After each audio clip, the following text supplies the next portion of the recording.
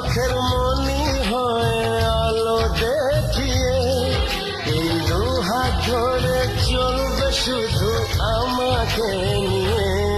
সেই আশাতে ভালোবাসাকে দিও ঘর সাজিয়ে, এর চেয়ে বেশি আর কেউ কি গোছায়।